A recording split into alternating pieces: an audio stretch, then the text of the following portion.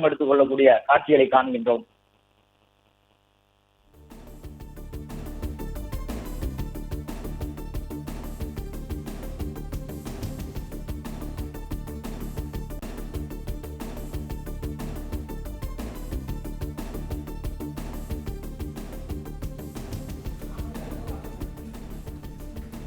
வியாசர்பாடி மின்சார பேருந்து பணிமனையில் மின்சார பேருந்து சார்ஜிங் நிலையத்தை முதலமைச்சர் விஜய் ஆய்வு செய்து வருகிறார். மேலும் சார்ஜிங் நிலையத்தின் செயல்பாடுகள் குறித்தும் முதலமைச்சர் விஜய் அதிகாரிகளுடன் கலந்துரையாடி தெரிந்து கொண்டார்.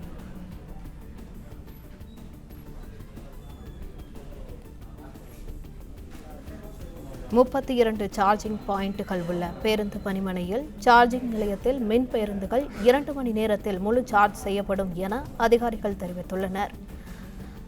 வியாசர்பாடி பணிமனையில் 140 மின்சார பேருந்துகள் பராமரிக்கப்பட்டு வருகின்றன எனவும் முதலமைச்சர் விஜயிடம் அதிகாரிகள் தெரிவித்துள்ளனர்.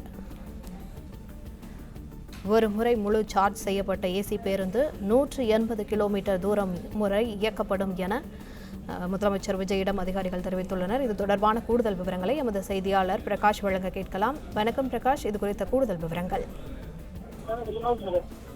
முதலமைச்சர் விஜய் தற்போது வியாசர்பாடியில் அமைந்திருக்கக்கூடிய மின்சார பேருந்து சார்ஜிங் ஸ்டேஷனை தற்போது ஆய்வு செய்து வரக்கூடிய காட்சிகள் தான் பார்க்கிறோம். முதலமைச்சர் விஜய் போக்குவரத்துத்துறை அமைச்சர் பார்த்திபன் மற்றும் வருவாய்த்துறை அமைச்சர் செங்கோட்டையன் வரவேற்றிருக்கிறாங்க.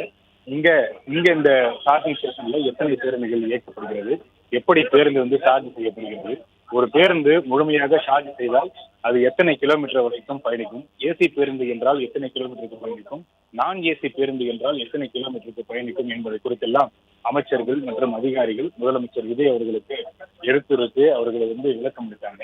அதே போல முதலமைச்சர் விஜய் சென்னையில முழுமையாக மின்சார பேருந்து இயக்கப்பட வேண்டும், அதே போல ஏசி பேருந்துகள் இயக்கப்பட வேண்டும் என்று அதிகாரிகளுக்கு அறிவுறுத்தினாங்க.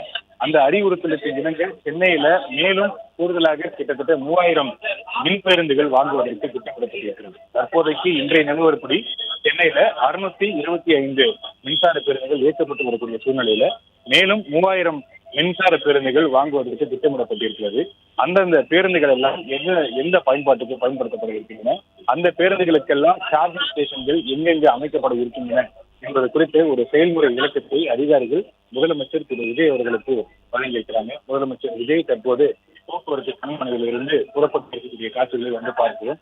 இந்த பணிமனைக்கு உள்ளே வரும்போது இங்கே மின்சார பேருந்தினுடைய ஓட்டுநர்கள், நடத்துனர்கள், இங்கே பணியாற்றக்கூடிய ஊழியர்கள் எல்லாருமே வரிசையில் நின்று முதலமைச்சர் விஜய் அவர்களை விசில் அடித்து வரவேற்ற காட்சிகளை பார்க்க முடியும். பிளே ஸ்டோர் மற்றும் ஆப் ஸ்டோரில் இருந்து பாலிமர் செயலியை QR கோடு மூலம் பதிவிறக்கம் செய்யுங்கள்.